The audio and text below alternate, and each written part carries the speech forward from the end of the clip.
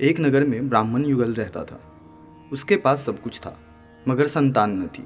इससे वे बड़े दुखी रहते थे। काफ़ी सोच विचार के बाद ब्राह्मण हनुमान जी का पूजन करने के लिए जंगल में चला गया।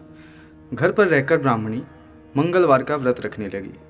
एक बार कुछ ऐसा संयोग हुआ कि मंगलवार को एक और व्रत पड़ गया। फलतः ब्राह्मणी उस मंगलवार को महावीर हनुमान का भोग न लगा सकी। इसका उसको बड़ा खेद था। अंत में उसने निश्चय किया कि अगले मंगलवार को ही मैं हनुमान जी को भोग लगाकर भोजन करूंगी। वह 7 दिन तक भूखी प्यासी रही। दूसरे मंगलवार को उसको मूर्छा आ गई। उसी मूर्छा में हनुमान जी ने उसे दर्शन देकर कहा, मैं तेरी भक्ति भावना से प्रसन्न हूँ। तुमको मैं मंगल रूपी बालक दिए जाता हूँ। तू इसे अपना पुत्र जान, यह तेरे सारे कष्ट दूर करेगा। ऐसा कहकर हनुमान जी अंतर ध्यान हो गए। सुंदर बालक को पाकर ब्राह्मणी अत्यंत प्रसन्न हुई। कुछ दिनों के बाद ब्राह्मण देवता जंगल से लौट आया। घर में मंगल नामक बालक को खेलता देख उसने ब्राह्मणी से उसका परिचय पूछा। ब्राह्मणी ने बताया कि हनुमान जी का प्रसाद है, तो ब्राह्मण को इसका यकीन नहीं आया। उसने समझा कि ब्राह्मणी अपना पाप छुपाने के लिए यह मनगढ़ंत कथा सुना रही है। वह उसी दिन से पत्नी के चाल चलन पर शक करने के कारण बड़ा दुखी रहने लगा।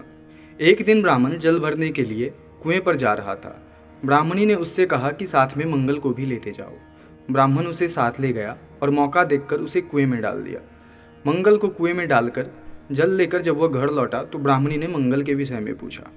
इससे पहले कि ब्राह्मण कोई उत्तर दे, मंगल मुस्कुराते हुए घर में प्रवेश किया। इस प्रकार मंगल को सही सलामत अपने ही पीछे आता देख ब्राह्मण को अपनी पत्नी की बात में कुछ सच्चाई दिखने लगी। उसी रात ब्राह्मण को हनुमान जी ने दर्शन दिए और कहा, तुम ब्राह्मणी पर व्यर्थ संदेह करते हो। वह सती साध्वी महिला है। मंगल मेरा वरदान है, उसे अपना पुत्र जानो। इस सच्चाई को जानकर ब्राह्मण को बड़ी खुशी हुई। वह तभी से मंगलवार को हनुमान जी का व्रत रखने और कथा सुनने लगा। धीरे धीरे उसके सभी दुख और अभाव समाप्त हो गए। मंगलवार के व्रत की दूसरी कथा। प्राचीन काल की घटना है। एक नगर में एक बुढ़िया रहती थी। उसके मंगलिया नाम का एक पुत्र था। वृद्धा को हनुमान जी पर बड़ी आस्था और श्रद्धा थी। वह हरेक मंगलवार को हनुमान जी का व्रत रखकर यथाविधि उनका भोग लगाती थी। इसके अलावा मंगलवार को ना तो वह लीपती थी, ना ही मिट्टी खोदती थी। इसी प्रकार से व्रत रखते हुए जब उसे काफ़ी दिन बीत गए तो हनुमान जी ने सोचा कि चलो आज इस बुढ़िया की श्रद्धा की परीक्षा हो जाए। वे साधु का वेश बनाकर उसके द्वार पर जा पहुँचे और पुकारा, है कोई हनुमान भक्त जो हमारी इच्छा को पूरी करे। बुढ़िया ने यह पुकार सुन ली तो बाहर आई और पूछा कि महाराज क्या आज्ञा है। साधु के वेश में हनुमान जी बोले कि मैं भूखा हूँ, भोजन बनाऊंगा, तू थोड़ी सी जमीन लीप दे। बुढ़िया ने हाथ जोड़कर प्रार्थना की कि महाराज लीपने और मिट्टी खोदने के अलावा जो काम आप कहे वह मैं करने को तैयार हूँ। साधु ने 3 बार प्रतिज्ञा कराने के बाद कहा तो अपने बेटे को बोला, मैं उसे औंधा लिटाकर उसकी पीठ पर भोजन बनाऊंगा। बुढ़िया ने सुना तो उसके पैरों तले धरती खिसक गई, मगर वह वचन हार चुकी थी।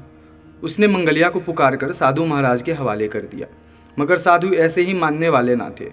उन्होंने बुढ़िया के हाथों से ही मंगलिया को औधा लिटाकर उसकी पीठ पर आग जलवाई। आग जलाकर दुखी मन से बुढ़िया अपने घर के अंदर जा घुसी। साधु जब भोजन बना चुका तो उसने वृद्धा को बुलाकर कहा कि वह मंगलिया को पुकारे ताकि वह आकर भोग लगा ले।